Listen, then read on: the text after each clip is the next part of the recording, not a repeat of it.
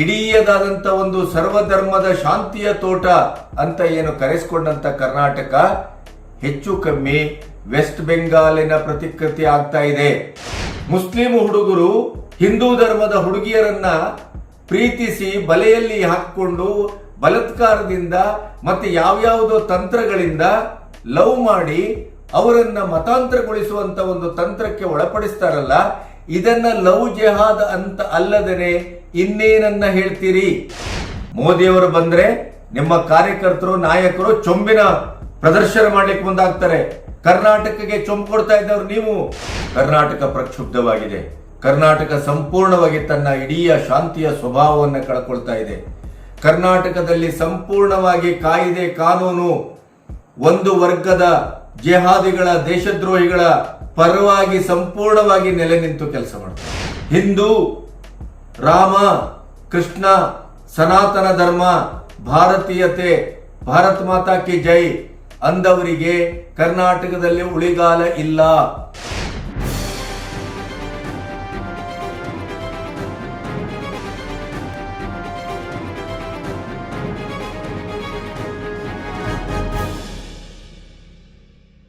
ನಮಸ್ತೆ, B Ganapati news ಚಾನೆಲ್ಗೆ ಸ್ವಾಗತ. ಇಡೀ ಕರ್ನಾಟಕದಲ್ಲಿ, ಅದರಲ್ಲೂ ಉತ್ತರ ಕರ್ನಾಟಕದಲ್ಲಿ ನೇಹಾಳ ಭೀಕರವಾದಂಥ ಕಗ್ಗೊಲೆಯ ವಿರುದ್ಧ ಪ್ರತಿಭಟನೆ ನಡೀತಾ ಇದೆ.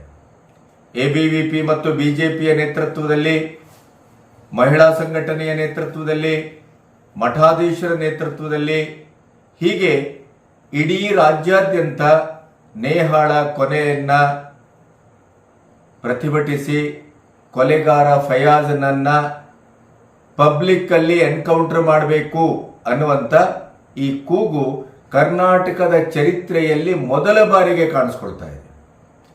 ನೇಹಾಳ ಈ ಕಗ್ಗೊಲೆ ಇಡೀ ದೇಶಾದ್ಯಂತ ಪ್ರತಿಧ್ವನಿಸ್ತಾ ಇದೆ. ಬೆಂಗಳೂರಿಗೆ ಬಂದು ಸಾರ್ವಜನಿಕ ಸಭೆಯನ್ನು ಉದ್ದೇಶಿಸಿ ಮಾತಾಡಿದಂತ ಮೋದಿಯವರು ಕೂಡ ಕರ್ನಾಟಕದಲ್ಲಿ ನಮ್ಮ ಹೆಣ್ಣು ಮಕ್ಕಳಿಗೆ ಸುರಕ್ಷತೆ ಇಲ್ಲ ಅನ್ನುವಂಥ ಮಾತನ್ನ ಆಡಿದ್ದಾರೆ. ಹಾಗಾದ್ರೆ ನೇಹಾಳ ಇಡೀ ಪ್ರಕರಣವನ್ನ ಒಂದು ಸಾವಧಾನದ ಚಿತ್ತದಿಂದ ನೋಡಿದ್ರೆ, ಕಾಂಗ್ರೆಸ್ಸಿನ ಈ 8 ರಿಂದ 10 ತಿಂಗಳ ಅಧಿಕಾರದಲ್ಲಿ, ಅದರಲ್ಲೂ ರಾಮನವಮಿಯ ಈಚೆಯ ಒಂದು ವಾರದಲ್ಲಿ ಏನೆಲ್ಲ ಘಟನೆಗಳು ನಡೀತಾ ಇದೆ, ಯಾವ ರೀತಿ ಕರ್ನಾಟಕ ಒಂದು ಶಾಂತಿಯ ತೋಟ, ಇಡೀದಾದಂಥ ಒಂದು ಸರ್ವಧರ್ಮದ ಶಾಂತಿಯ ತೋಟ ಅಂತ ಏನು ಕರೆಸಿಕೊಂಡಂತ ಕರ್ನಾಟಕ ಹೆಚ್ಚು ಕಮ್ಮಿ ವೆಸ್ಟ್ ಬೆಂಗಾಲಿನ ಪ್ರತಿಕೃತಿ ಆಗ್ತಾ ಇದೆ.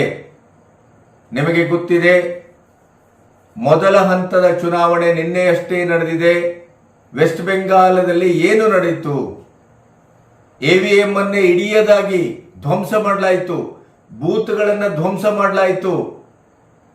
ಟಿಎಂಸಿ ಮತ್ತು ಬಿಜೆಪಿಯ ವಿರುದ್ಧ ಒಂದು ಪಬ್ಲಿಕ್ ಅಲ್ಲಿ ಹಣಾಹಣಿ ನಡೀತು, ರಕ್ತಪಾತ ನಡೀತು. ಕಾನೂನಿನ ಯಾವ ರೀತಿಯಲ್ಲಿಯೂ ಅದನ್ನ ತಹಬಂದಿಗೆ ತರಲಾರದಂತ ಒಂದು ಘಟನೆ ವೆಸ್ಟ್ ಬೆಂಗಾಲ್ನಲ್ಲಿ ನಡೆಯಿತು. ಅಂಥದೇ ಘಟನೆಗಳು ಕರ್ನಾಟಕದಲ್ಲಿಯೂ ಸಂಭವಿಸಬಹುದೇ ಅನ್ನುವಂಥ ಪ್ರಶ್ನೆ, ನೇಹಾಳ ಭೀಕರವಾದಂಥ ಅಮಾನುಷವಾದಂಥ ಕೊಲೆ ಇವತ್ತು ನಮ್ಮ ಮಧ್ಯ ಪ್ರಶ್ನೆಯನ್ನು ಹುಟ್ಟುಹಾಕ್ತಾ ಇದೆ. ನೇಹಾಳ ತಂದೆ ಹಿರೇಮಠ ಅವರು ಏನು ಹೇಳಿದರು? ಮುಂದೊಂದು ದಿನ ನನ್ನ ಮಗಳ ಈ ಪ್ರಕರಣ ಅದಕ್ಕೆ ನ್ಯಾಯ ದೊರಕದೇ ಇದ್ರೆ, ಅದು ತಪ್ಪಾದ ಹಾದಿಯಲ್ಲಿ ತನಿಖೆಯನ್ನ ಮುಂದುವರಿಸಿ ನನ್ನ ಮಗಳಿಗೆ ಅಮಾನುಷವಾದಂತ ಅನ್ಯಾಯವನ್ನ ಮಾಡಲಿಕ್ಕೆ ಮುಂದಾದ್ರೆ ಅದಕ್ಕೆ ಸಿಎಂ ಮತ್ತು ರಾಜ್ಯದ ಕಾಂಗ್ರೆಸ್ಸೇ ಕಾರಣ. ನಾನು ಸಿಎಂ ಮತ್ತು ರಾಜ್ಯದ ಕಾಂಗ್ರೆಸ್ಸಿನ ಹೆಸರನ್ನ ಬರೆದಿಟ್ಟು ನಮ್ಮ ಕುಟುಂಬ ಸಾಮೂಹಿಕವಾಗಿ ಆತ್ಮಹತ್ಯೆ ಮಾಡಿಕೊಳ್ಳುತ್ತದೆ ಅನ್ನುವಂತ ಮಾತನ್ನ ಹೇಳಿದರು. ಫಯಾಜ್ ಅವರ ತಂದೆ ಸ್ವತಃ ಅಡ್ಮಿಟ್ ಮಾಡಿದ್ರು. ಏನನ್ನ? 1 ವರ್ಷದ ಹಿಂದೆ ಇದೇ ನೇಹಾಳ್ ಅವರ ತಂದೆ ಹಿರೇಮಠ ಅವರು ನನಗೆ ಫೋನ್ ಮಾಡಿದ್ರು. ನಿಮ್ಮ ಮಗ ನನ್ನ ಮಗಳಿಗೆ ಅನಾವಶ್ಯಕವಾಗಿ ತೊಂದರೆಯನ್ನ ಕೊಡ್ತಾ ಇದ್ದಾನೆ, ಲವ್ವಿನ ಹೆಸರಲ್ಲಿ ಅವಳ ಬದುಕನ್ನ ಹಾಳು ಮಾಡಲಿಕ್ಕೆ ಹೊರಟಿದ್ದಾನೆ, ದಯವಿಟ್ಟು ಅವನನ್ನ ನಿಗ್ರಹಿಸಿ ಅವನಿಗೆ ಬುದ್ಧಿ ಹೇಳಿ ಅನ್ನೋದನ್ನ ಅವರು ಹೇಳಿದ್ರು. ಆದರೆ ದುರ್ದೈವ, ನನ್ನ ಮಗ ನನ್ನ ಮಾತನ್ನೇ ಕೇಳ್ತಾ ಇಲ್ಲ. ಯಾಕೆ ಅಂತಂದ್ರೆ ಕೇವಲ 3 ತಿಂಗಳ ಹಿಂದೆ ಆಸ್ತಿಗೆ ಸಂಬಂಧಪಟ್ಟು ತನ್ನೊಟ್ಟಿಗೆ ಜಗಳ ಮಾಡಿದ್ದಲ್ಲದೆ ನನ್ನ ಮೇಲೇನೆ ಹಲ್ಲೆಗೆ ಮುಂದಾಗಿದ್ದ ಅನ್ನೋದನ್ನ ಅವರು ಮುನವಳ್ಳಿಯ ಪೊಲೀಸ್ ಸ್ಟೇಷನ್ನಲ್ಲಿ ಕಂಪ್ಲೇಂಟ್ ಕೂಡ ಮಾಡಿದ್ದಾರೆ. ಅಂದ್ರೆ ಫಯಾಜ್ ಅವರ ಈ ಹೇಳಿಕೆ ಏನನ್ನ ಸೂಚಿಸ್ತದೆ ಅಂತಂದ್ರೆ, ಮಗ ಈ ಫಯಾಜ್ ಯಾವ ರೀತಿಯ ನಡವಳಿಕೆಯನ್ನು ಹೊಂದಿದ್ದಾನೆ, ಸ್ವತಃ ತನ್ನ ತಂದೆ ಬಾಬಾ ಸಾಹೇಬರ ಮೇಲೇನೆ ಹಲ್ಲೆ ಮಾಡುವ ಮಟ್ಟಕ್ಕೆ ಹೋಗ್ತಾನೆ ಮತ್ತು ಅವರು ಪೊಲೀಸ್ ಕಂಪ್ಲೇಂಟ್ ಅನ್ನ ಕೊಡ್ತಾರೆ ಅಂತ ಆದರೆ, ಮುನವಳ್ಳಿಯ ಸ್ಟೇಷನ್ ಇನ್ಸ್ಪೆಕ್ಟರ್ ಆನಂದ್ ಅವರು ಅವನತ್ರ ಮುಚ್ಚಳಿಕೆಯನ್ನು ಬರ್ಕೊಂಡು ಅವನನ್ನು ಬಿಡ್ತಾರೆ ಅಂತ ಆದ್ರೆ, ಅವನ ಇಡಿಯದಾದಂತ ನಡವಳಿಕೆಯ ಬಗ್ಗೆ ನಿಮಗೆ ಒಂದು ಸೂಕ್ಷ್ಮವಾದ ಅರಿವು ಆಯಿತು ಅಂತ ನಾನು ಭಾವಿಸ್ತೇನೆ. ಇದೇ ಪರಮೇಶ್ವರ್ ಹೇಳ್ತಾರೆ, ಪ್ರಥಮ ತನಿಖೆಯಲ್ಲಿ ಏನು ತಿಳಿದು ಬಂತು ಅದನ್ನು ನಾನು ಹೇಳಿದ್ದೇನೆ. ಪರಸ್ಪರ ಅವರು ಲವ್ ಮಾಡ್ತಾ ಇದ್ರು. ಆ ಲವ್ವಿನ ಕಾರಣಕ್ಕಾಗಿ ಅವಳು ಇತ್ತೀಚೆಗೆ ಅವನನ್ನ ಹೆಚ್ಚು ಮಾತಾಡಿಸ್ತಾ ಇರಲಿಲ್ಲ, ದೂರವನ್ನ ಕಾಯ್ದುಕೊಳ್ತಾ ಇದ್ಲು. ಬೇರೆ ಏನೋ ಮದುವೆ ಆಗ್ತಾಳೆ ಅಂತೂ ಕೂಡ ಅವನಿಗೆ ಸುದ್ದಿ ಬಂತು. ಆ ಹತಾಶೆಯಲ್ಲಿ ಅವನು ಈ ಕೃತ್ಯವನ್ನ ಮಾಡಿದ್ದಾನೆ. ಇದು ಆಕಸ್ಮಿಕ, ಇದು ವೈಯಕ್ತಿಕ, ಇದು ಲವ್ ಜೆಹಾದ್ ಅಲ್ಲ. ನಾನು ಪರಮೇಶ್ವರ್ ಅವರಿಗೆ ಕೇಳ್ತೇನೆ, ಪ್ರಥಮ ಹಂತದ ತನಿಖೆಯ ವರದಿಯನ್ನ ಆಧರಿಸಿ ಸಾರ್ವಜನಿಕವಾಗಿ ದಿಢೀರಾಗಿ ತ್ವರಿತವಾಗಿ ಹೇಳಿಕೆ ಕೊಡಲಿಕ್ಕೆ ನಿಮಗೆ ಯಾವ ಅಧಿಕಾರ ಕೊಟ್ಟರು, ಯಾರು ಅಧಿಕಾರ ಕೊಟ್ಟರು? ಇಂಥ ಪ್ರಕರಣದ ತನಿಖೆಯನ್ನ ಗೌಪ್ಯವಾಗಿಟ್ಟು ಅದರ ಸಮಗ್ರ ತನಿಖೆ ಆಗುವಲ್ಲಿಯವರೆಗೆ ಯಾವುದೇ ರೀತಿಯಲ್ಲಿ ಅಧಿಕಾರದಲ್ಲಿ ಇದ್ದಂಥ ತನಿಖಾ ತಂಡವನ್ನು ಬಿಟ್ಟು ಅಥವಾ ತನಿಖಾ ತಂಡವನ್ನು ಒಳಗೊಂಡು ಯಾವುದೇ ಪಬ್ಲಿಕ್ ಸ್ಟೇಟ್ಮೆಂಟ್ ಕೊಡಬಾರದು ಅನ್ನೋದು ಕಾನೂನು. ಯಾಕೆಂತಂದ್ರೆ ತನಿಖೆಯ ಹಾದಿ ತಪ್ಪಬಹುದು, ತನಿಖೆಯ ತನಿಖಾ ತಪ್ಪಬಹುದು, ತನಿಖೆಯ ದಿಕ್ಕು ದೇಶ ತಪ್ಪಬಹುದು, ಅಥವಾ ತನಿಖೆಯ ಮೇಲೆ ಪ್ರಭಾವ ಬೀರಬಹುದು. ಈಗಾದದ್ದು ಏನು? ಲವ್ ಜೆಹಾದ್ ಅಲ್ಲ. What is the meaning of love ಜೆಹಾದ್? ಇದನ್ನ ಗೃಹ ಮಂತ್ರಿಗಳು ಹೇಳಬೇಕು. ಏನು ಲವ್ ಜೆಹಾದ್? ಪಾರಸ್ಪರಿಕ ಲವ್. ಪಾರಸ್ಪರಿಕ ಲವ್ ಅಂದ್ರೆ ಏನು? ಬಲಾತ್ಕಾರದಿಂದ ಲವ್, ಭಯೋತ್ಪಾದಕತೆಯಿಂದ ಲವ್, ಬೆದರಿಕೆಯಿಂದ ಲವ್, ಮತಾಂತರಕ್ಕಾಗಿ ಲವ್.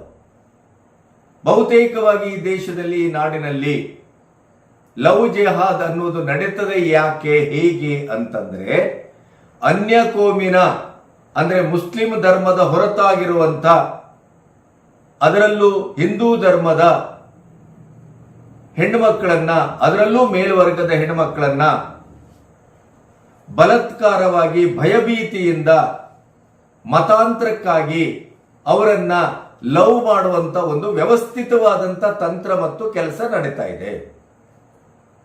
ಇದು ಸಾಕಷ್ಟು ದಾಖಲಾಗಿದೆ. ಕೇರಳದಲ್ಲಿ, ಕರ್ನಾಟಕದಲ್ಲಿ, ಅದರಲ್ಲೂ ದಕ್ಷಿಣ ಕನ್ನಡದಲ್ಲಿ. ನಿಮಗೆ ಎಷ್ಟು ಪ್ರಕರಣಗಳು ಬೇಕು? ಪರಸ್ಪರ ಲವ್ ಅಂದ್ರೆ ಅರ್ಥ ಏನು? ಪರಮೇಶ್ವರ್ ಅವರೇ, ಇದೇ ಲೀಲಾ ವಿನೋದ ಅಂತ ಒಂದು ಪುಸ್ತಕವನ್ನು ಬರೆದಾಗ ರವಿ ಬೆಳಗೆರೆ ಅವರಿಗೆ ಇದೇ ಪ್ರಶ್ನೆಯನ್ನು ಕೇಳಿದ್ದೆ ನಾನು. ರಾಜ್ಕುಮಾರ್ ಮತ್ತು ಲೀಲಾವತಿ ಅವರು ಲವ್, ರಾಜ್ಕುಮಾರ್ನಿಂದ ಲೀಲಾವತಿಗೆ ಅನ್ಯಾಯ ಆಯಿತು ಅಂತ ನೀವು ಪುಸ್ತಕ ಬರೆದಿದ್ದೀರಿ. ಹಾಗಾದರೆ ನೀವು ರಾಜ್ಕುಮಾರ್ ಮತ್ತು ಲೀಲಾವತಿ ಅವರ ಲವ್ವಿನ ಪ್ರಕರಣದಲ್ಲಿ ಕಂದಿಲು ಹಿಡಿಲಿಕ್ಕೆ ಹೋಗಿದ್ದೀರಾ, ಲಾಂಟನ್ ಹಿಡಿದಿದ್ದೀರಾ, ಟಾರ್ಚ್ ಹಾಕಿದ್ದೀರಾ? ಅಲ್ಲಿ ನೀವು ಪ್ರತ್ಯಕ್ಷದರ್ಶಿಗಳೇ ಅಂತ ಕೇಳಿದ್ದೆ ನಾನು. ಇದೇ ಮಾತನ್ನ ಪರಮೇಶ್ವರ್ ಅವರಿಗೆ ಕೇಳಬೇಕು, ಗೃಹ ಮಂತ್ರಿಗಳಿಗೆ. ನೀವು ಯಾವ ದರ್ಜೆಯಲ್ಲಿ ಅದು ಪಾರಸ್ಪರಿಕವಾದ ಲವ್ ಅಂತ ಹೇಳಿದ್ರಿ?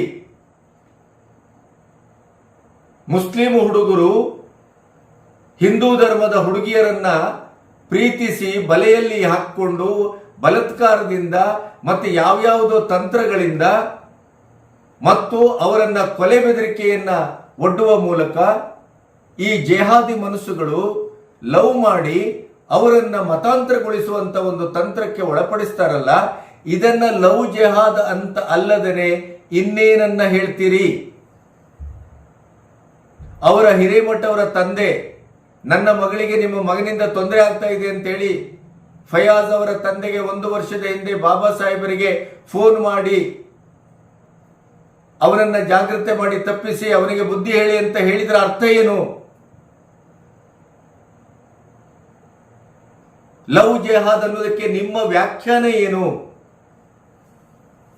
ಒಬ್ಬ ಅಪರಾಧ ಎಸಗಿದ ಹಾಡೇ ಹಗಲು 18ನೇ ತಾರೀಕಿಗೆ ಕಾಲೇಜಿನ ಚೇಂಬರಿನ ಪ್ರಿನ್ಸಿಪಾಲ್ರ ಚೇಂಬರ್ ಎದುರು 9 ಬಾರಿ ಇರುವುದು ಇಡೀದಾಗಿ ಮುಸ್ಲಿಂ ಭಯೋತ್ಪಾದಕ ಚಟುವಟಿಕೆಗಳಲ್ಲಿ ಅವರು ಯಾವ ರೀತಿ ಹಲಾಲಿನ ರೀತಿ ಕಂಠವನ್ನು ಕತ್ತರಿಸಿ ಕೊಲ್ತಾರೋ ಅದೇ ರೀತಿಯಲ್ಲಿ ಕೊಂದಂತ ಈ ಕೊಲೆಪಾತಕನನ್ನ ಭೀಭತ್ಸವಾಗಿ ಕೊಂದಂತ ಈ ಮನುಷ್ಯತ್ವದ ವಿರೋಧಿ, ಮಾನವ ಜನಾಂಗದ ವಿರೋಧಿ, ಇಂಥ ಹೇಯ ಕೃತ್ಯ ಮಾಡಿದಂಥವನ ಮನೆಗೆ ನೀವೇನ್ ಮಾಡ್ತಿದ್ದೀರಿ? ಪ್ರೊಟೆಕ್ಷನ್ ಕೊಡ್ತೀರಿ. ಹಿರೇಮಠ ಅವರನ್ನ ಮಾತಾಡಿಸ್ತಾ ಇಲ್ಲ, ನಿಮ್ಮದೇ ಕಾಂಗ್ರೆಸ್ಸಿನ ಕಾರ್ಯಕರ್ತರು, ಕಾರ್ಪೊರೇಟರ್ ಅವರು.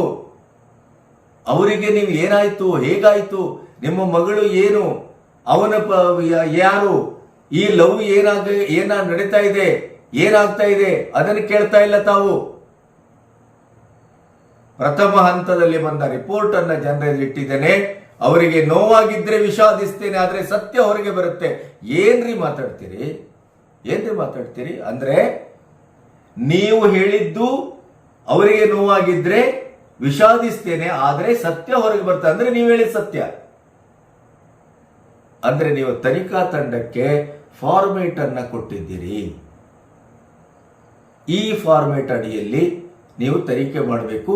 ಇದು ಲವ್ ಜೆಹಾದ್ ಅಲ್ಲ ಅನ್ನೋದು ಪ್ರೂವ್ ಮಾಡಬೇಕು ನೀವು. ಇದು ನಿಮ್ಮ ಟಾರ್ಗೆಟ್. ಯಾವುದೇ ಕಾರಣಕ್ಕೂ ಮತ ಬ್ಯಾಂಕು, ವೋಟ್ ಬ್ಯಾಂಕಿನ ರಾಜಕಾರಣಕ್ಕೆ ಅಲ್ಪಸಂಖ್ಯಾತರ ಮನಸ್ಸಿಗೆ ನೋವಾಗಕೂಡದು. ಆದ್ರಿಂದಲೇ ನೀವೇನ್ ಮಾಡಿದಿರಿ?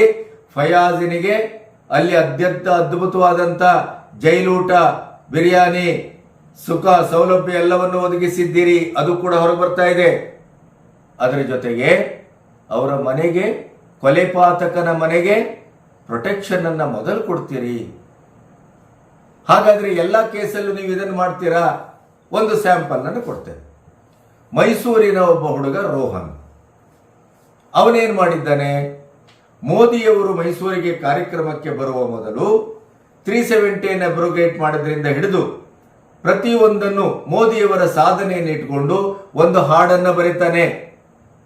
ಆ ಹಾಡು ಮೋದಿಯವರ ಕಾರ್ಯಕ್ರಮದ ದಿನ ಬಿತ್ತರಗೊಳ್ಳುತ್ತದೆ.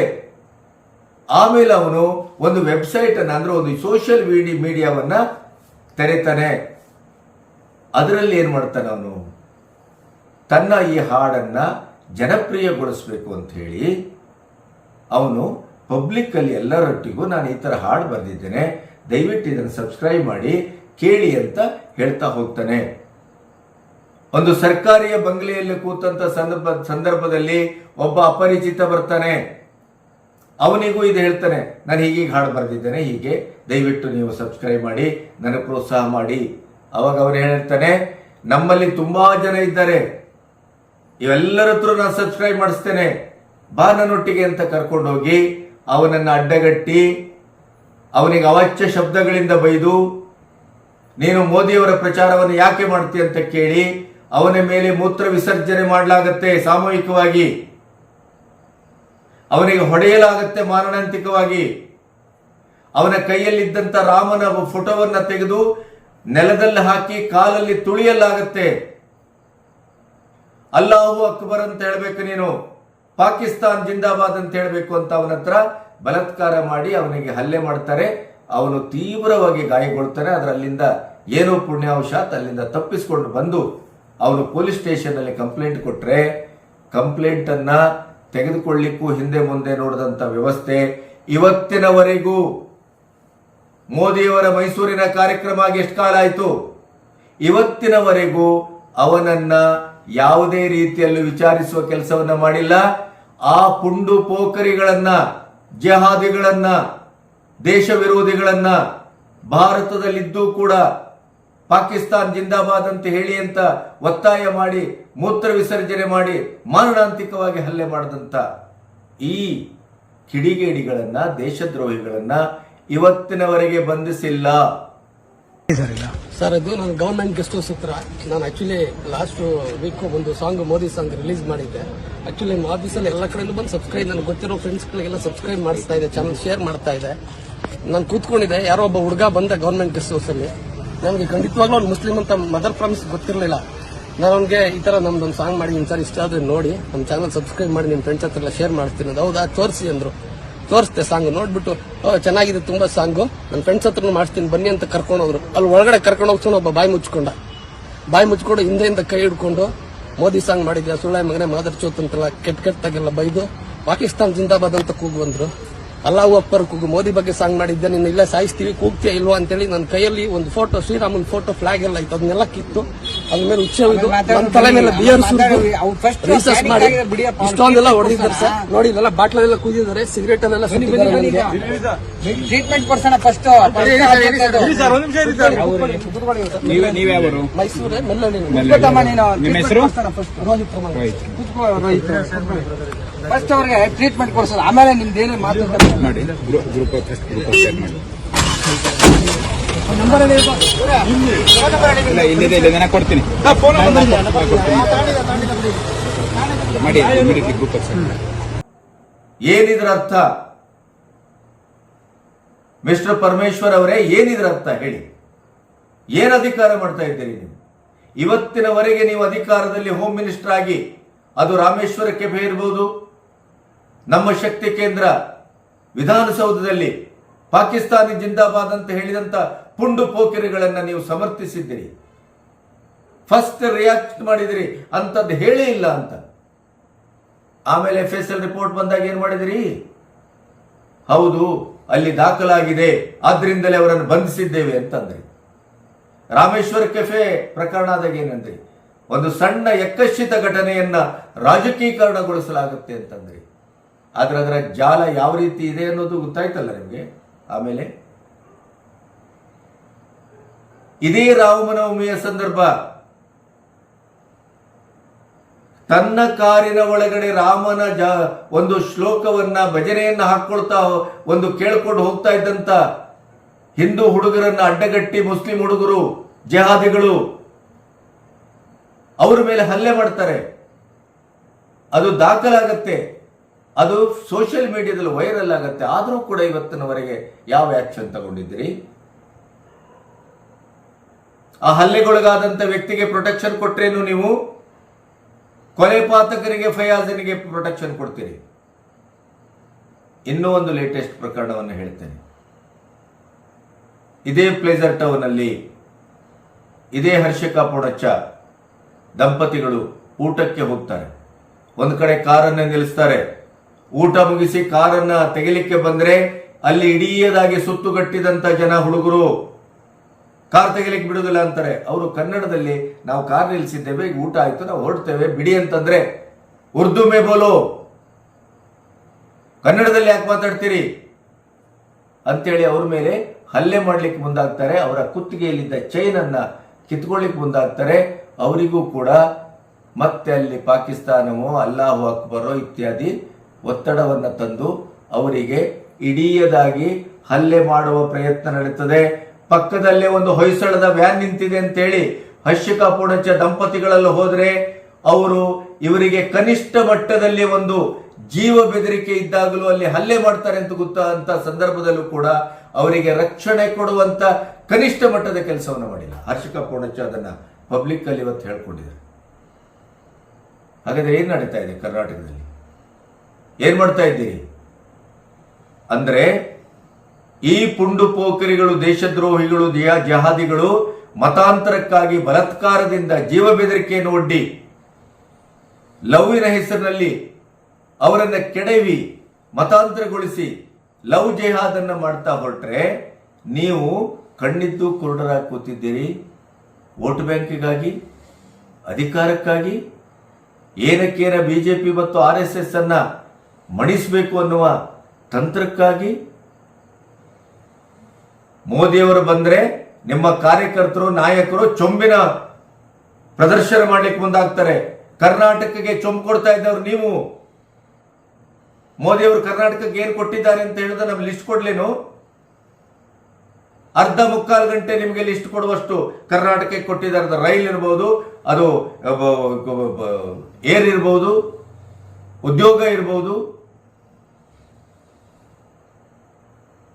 ಏನಂತ ಭಾವಿಸಿದೆ? ಕರ್ನಾಟಕಕ್ಕೆ ಈ 10 ವರ್ಷದಲ್ಲಿ ಮೋದಿ ಅವರು ಕೊಟ್ಟಂತ ಕೊಡುಗೆಗಳ ಲೆಕ್ಕವನ್ನ ಪಟ್ಟಿಯನ್ನ ಬಿಜೆಪಿಯು ಇಟ್ಟಿದೆ, ಸಾರ್ವಜನಿಕರು ಇಟ್ಟಿದ್ದಾರೆ. ಅದೇ ನಿಮ್ಮ UPA ಸರ್ಕಾರದ 10 ವರ್ಷದಲ್ಲಿ ನೀವು ಕೊಟ್ಟದ್ದು ಏನು ಅಮಟೆಕಾಯಿ ಅನ್ನೋದನ್ನು ಇಟ್ಟಿದ್ದಾರೆ. ಸುಳ್ಳನ್ನು ಎಷ್ಟು ಹೇಳ್ತೀರಿ? ಎಷ್ಟು ಸುಳ್ಳನ್ನು ಹೇಳ್ತೀರಿ? ಎಷ್ಟು ಓಲೈಕೆ ರಾಜಕಾರಣವನ್ನು ಮಾಡ್ತೀರಿ? ಎಷ್ಟು ಮತ ಬ್ಯಾಂಕಿಗಾಗಿ ಈ ದೇಶದ ಅಮಾಯಕರನ್ನ ಬಲಿ ಹಾಕ್ತೀರಿ? ರಾಮನನ್ನ ಬೈತೀರಿ, ಕೃಷ್ಣನನ್ನ ಬೈತೀರಿ, ಸನಾತನ ಧರ್ಮವನ್ನ ಹೀಗಳೆತ್ತೀರಿ. ರಾಮನವಮಿಯಲ್ಲಿ ರಾಮನ ಫೋಟೋವನ್ನ, ರಾಮನ ಭಜನೆಯನ್ನ, ರಾಮನ ಶ್ಲೋಕವನ್ನ ಹಾಕಿದರೆ ಅವರ ಅಡ್ಡಗಟ್ಟಿ ಅವರನ್ನ ಮಾರಣಾಂತಿಕವಾಗಿ ಹಲ್ಲೆ ಮಾಡಲಾಗ್ತದೆ. ಅಲ್ಲಾಹು ಅಕ್ಬರ್ ಅಂತ ಕೂಗಿ ಅಂತ ಒತ್ತಾಯಿಸಲಾಗ್ತದೆ. ಹಿಂದೂ ಹೆಣ್ಣುಮಕ್ಕಳನ್ನ ಕಂಡಲ್ಲಿ ಲವ್ ಮಾಡಿ, ಲವ್ ಜಿಹಾದಿನ ಹೆಸರಿನಲ್ಲಿ ಅವರನ್ನ ಮಾರಣಾಂತಿಕವಾಗಿ ಬೀಭತ್ಸವಾಗಿ ನೇಹನ ಹಾಗೆ ಕೊಲೆಗೈಲಾಗ್ತದೆ. ಆದರೆ ಅದಕ್ಕೆ ಅದರದೇ ಆದಂತ ಒಂದು ಸಾಮಾಜಿಕವಾದಂತ ನ್ಯಾಯ ಇಲ್ಲ, ಸಾಂಸ್ಕೃತಿಕವಾದಂತ ನ್ಯಾಯ ಇಲ್ಲ.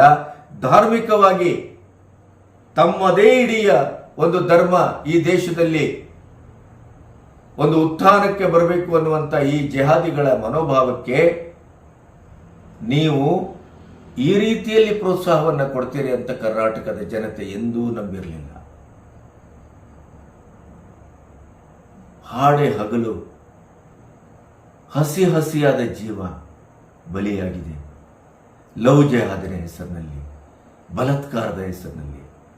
ಆ ಫಯಾಜಿನ ಇಡೀ ಒಂದು ವೈಯಕ್ತಿಕ ಜೀವನ ಸಂಪೂರ್ಣವಾಗಿ ಅದು ಮತಿಭ್ರಷ್ಟವಾಗಿದೆ ಮತ್ತು ಧರ್ಮದ ಇಡೀದಾದಂಥ ಹೆಂಡ ಕುಡ್ಕೊಂಡು ಜಿಹಾದಿಯಾಗಿ ಅವನು ಮಾರ್ಪಾಟಾಗಿ ಅವನ ಇಡೀ ಚಟುವಟಿಕೆಗಳು ಅದಕ್ಕೆ ಪೂರಕವಾಗಿದೆ ಅನ್ನೋದು ಅವನ ವೈಯಕ್ತಿಕ ಜೀವನದ ದಾಖಲೆ ಹೇಳ್ತಾ ಇದೆ. ಸ್ವತಃ ಅವನ ತಂದೆ ಹೇಳ್ತಾ ಇದ್ದಾರೆ. ಇನ್ನೊಂದು ಜನ್ಮದಲ್ಲಿ ಕೂಡ ಯಾವ ಹೆಣ್ಮಗಳನ್ನು ಮುಟ್ಟುವ ಒಂದು ಸಾಧ್ಯತೆ ಮತ್ತು ಧೈರ್ಯ ಅವನಿಗೆ ಬರಬಾರದು, ಅಂತ ಕ್ರೂರವಾದ ಶಿಕ್ಷೆಯನ್ನು ಅವನಿಗೆ ವಿಧಿಸಬೇಕು ಅಂತ ಬಾಬಾ ಸಾಹೇಬ್ ಅವರ ತಂದೆ ಅದು ಅವರು ಹೇಳ್ತಾ ಇದ್ದಾರೆ.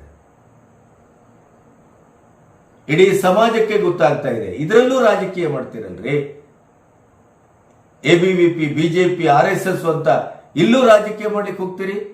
ಮುಖ್ಯಮಂತ್ರಿಗಳು ಹೇಳ್ತಾರೆ, ಉಪಮುಖ್ಯಮಂತ್ರಿಗಳು ಒಂದೇ ಮಾತು, ಆಕಸ್ಮಿಕ ಘಟನೆ, ವೈಯಕ್ತಿಕ ಘಟನೆ, ಲವ್ ಇದು.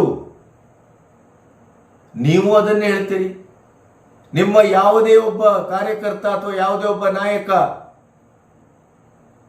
ಇದೇ ನೇಹಾಳ ತಂದೆಯನ್ನ, ತಾಯಿಯನ್ನ, ಅವರ ಕುಟುಂಬವನ್ನ ಒಂದು ಸಂತೈಸುವ ಕೆಲಸವನ್ನ ಮಾಡಿಲ್ಲ. ನೀವು ಪ್ರಾಮಾಣಿಕವಾಗಿ ಎಂತ ನೀಚರಿದ್ದೀರಿ, ಎಂತ ದುಷ್ಟರಿದ್ದೀರಿ ತಾವು.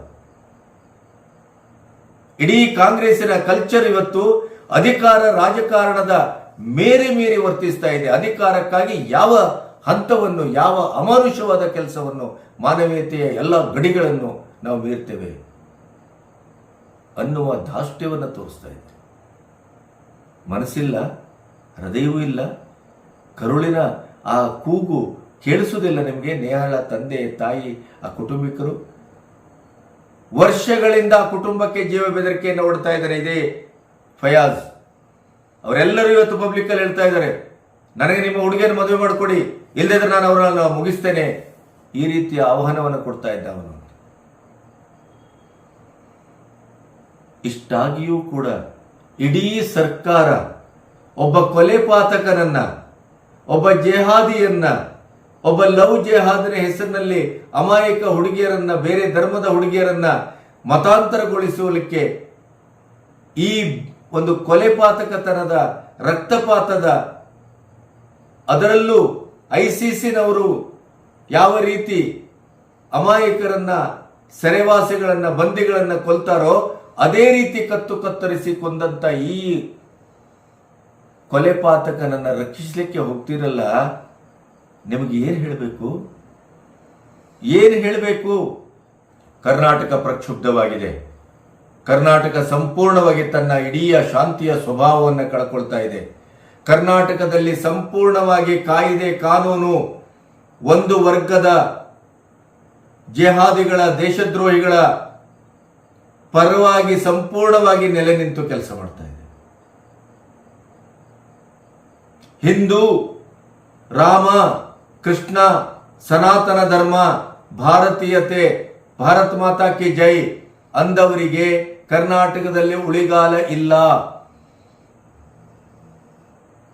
ಹಾಡೆ ಹಗಲು ಜಿಹಾದಿಗಳು ಇಡೀದಾಗಿ ಅಮಾಯಕ ಹಿಂದೂ ಧರ್ಮದ ಕೃಷ್ಣನ ಅಥವಾ ರಾಮನ ಭಜನೆ ಮಾಡುವ ಅಥವಾ ಮೋದಿಯವರನ್ನ ಪ್ರೋತ್ಸಾಹಿಸುವ, ಬೆಂಬಲಿಸುವ ಮನಸ್ಸುಗಳನ್ನ, ವ್ಯಕ್ತಿಗಳನ್ನ ಕೊಲ್ಲಲಾಗ್ತಾ ಇದೆ, ಹಲ್ಲೆ ಮಾಡಲಾಗ್ತಾ ಇದೆ.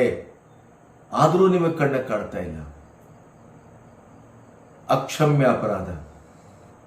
ಮನುಷ್ಯತ್ವದ ವಿರುದ್ಧವಾಗಿ ಹೋಗ್ತಾ ಇದ್ದೀರಿ, ಅಮಾನುಷವಾಗಿ ವರ್ತಿಸ್ತಾ ಇದ್ದೀರಿ, ಜನವಿರೋಧಿಯಾಗಿ ವರ್ತಿಸ್ತಾ ಇದ್ದೀರಿ. ನೇಹಾಳಂತ ಇನ್ನು ಬೆಳೆಯಿದ್ದು ಬದುಕಬೇಕಾದಂತ ಆ ಹಸುಳೆಯನ್ನ ಹಾಡೆ ಹಗಲು ಬೀಭತ್ಸವಾಗಿ ಕೊಂದಂತ ಕೊಲೆಪಾತಕನನ್ನ ರಕ್ಷಿಸ್ತಾ ಇದ್ದೀರಿ. ಜನ ಮರ್ತಿದ್ದಾರೆ, ಜನ ಮರೆತಾರೆ ಅಂತ ಅಂದ್ಕೊಂಡ್ರೇನು? ಜನ ಮರೆಯುವುದಿಲ್ಲ. ನಿಮಗೆ ತಕ್ಕ ಪಾಠವನ್ನ ಕಲಿಸ್ತಾರೆ. ನಾನಿದನ್ನ ಎಲೆಕ್ಷನ್ನಿನ ದೃಷ್ಟಿಯಿಂದ ಹೇಳ್ತಾ ಇಲ್ಲ, ಪೊಲಿಟಿಕಲ್ ಬ್ಯಾಕ್ಗ್ರೌಂಡಿನ ದೃಷ್ಟಿಯಿಂದ ಹೇಳ್ತಾ ಇಲ್ಲ, ಮನುಷ್ಯೋತ್ವದ ದೃಷ್ಟಿಯಿಂದ ಹೇಳ್ತಾ ಇದ್ದಾನೆ, ಮಾನವೀಯತೆಯ ದೃಷ್ಟಿಯಿಂದ ಹೇಳ್ತಾ ಇದ್ದಾನೆ. ಕಣ್ಣಿಗೆ ಕಾಣ್ತಾ ಇದೆ ಇಲ್ಲಿ ಏನ್ ನಡೆದಿದೆ ಅನ್ನೋದು. ಆದರೂ ಕೂಡ ಅದನ್ನ ತಿರುಚುವ, ಅದನ್ನ ಬೇರೆ ಕಡೆ ಅದನ್ನ ಒಂದು ಡೈವರ್ಟ್ ಮಾಡುವಂತ ಕೆಲಸವನ್ನ ತಾವು ಮಾಡ್ತಾ ಇದ್ದೀರಿ. ಅದಕ್ಕಾಗಿ ಹಿರೇಮಠ ಅವರು ಹೇಳಿದ್ದಾರೆ, ನನ್ನ ಮಗಳಿಗೆ ನ್ಯಾಯ ಸಿಗದೆ ಇದ್ರೆ ಈ ಸಿಎಂ ಮತ್ತು ಸರ್ಕಾರವೇ ಕಾರಣ. ನಾನು ಡೆತ್ ನೋಟ್ ಅನ್ನ ಬರೆದಿಟ್ಟು ಸಾಯ್ತೇನೆ. ಹೆಣ್ಣೆತ್ತವರ ಕರುಳಿನ ನೋವ್ರಿ ಅದು. ನಿಮಗೆ ಕುಟುಂಬ, ನಿಮಗೆ ಹೆಣ್ಣು, ನಿಮಗೆ ಹೆತ್ತ ಕರುಳು, ತಾಯಿ, ತಂದೆ, ಆ ಇಡೀ ಕೌಟುಂಬಿಕವಾದ ಪರಿಸರ, ಅಥವಾ ನೇಹಳಂತ ಒಂದು ಮುಗ್ಧ ಮಗು, ಇವ್ಯಾವುದರ ಗೊಡವೆಯೂ ಇಲ್ಲ ರೀ. ನಿಮಗೆ ಕೇವಲ ಅಧಿಕಾರ ಅಂಡ್ ಅಧಿಕಾರ ಅಷ್ಟೆ.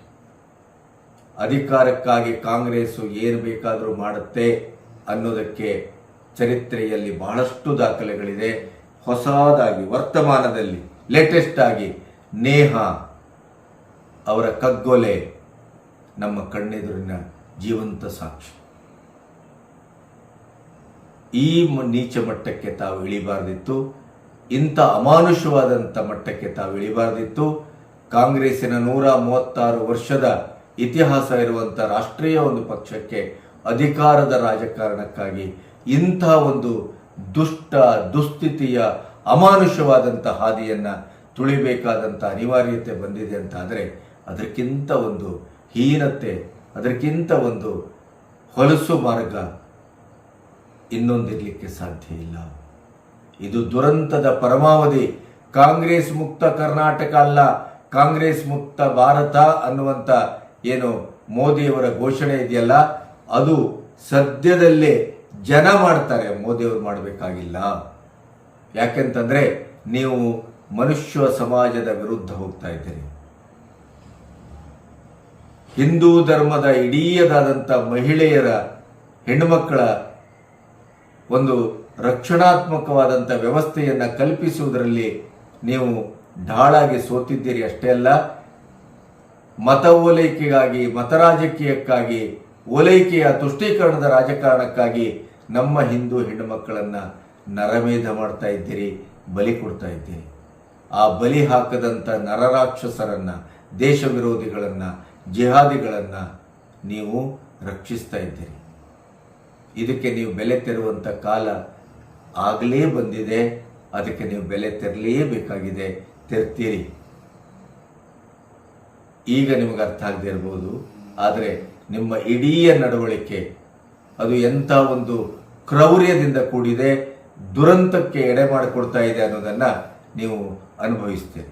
ನೇಹಾಳ ಶಾಪ, ನೇಹಾಳ ಕುಟುಂಬದ ಶಾಪ, ಆ ಹಸುಳೆ, ಆ ಒಂದು 9 ಬಾರಿ ಅವನು ಚುಚ್ಚಿ ಕೊಂದಂತ ಆ ಒಂದು ಸಂದರ್ಭದಲ್ಲಿ ಪಟ್ಟಂತ ನೋವಿನ ಆ ಕೂಗು ನಿಮ್ಮನ್ನ ಸರ್ವನಾಶ ಮಾಡದೆ ಬಿಡದು. ನಮಸ್ತೆ.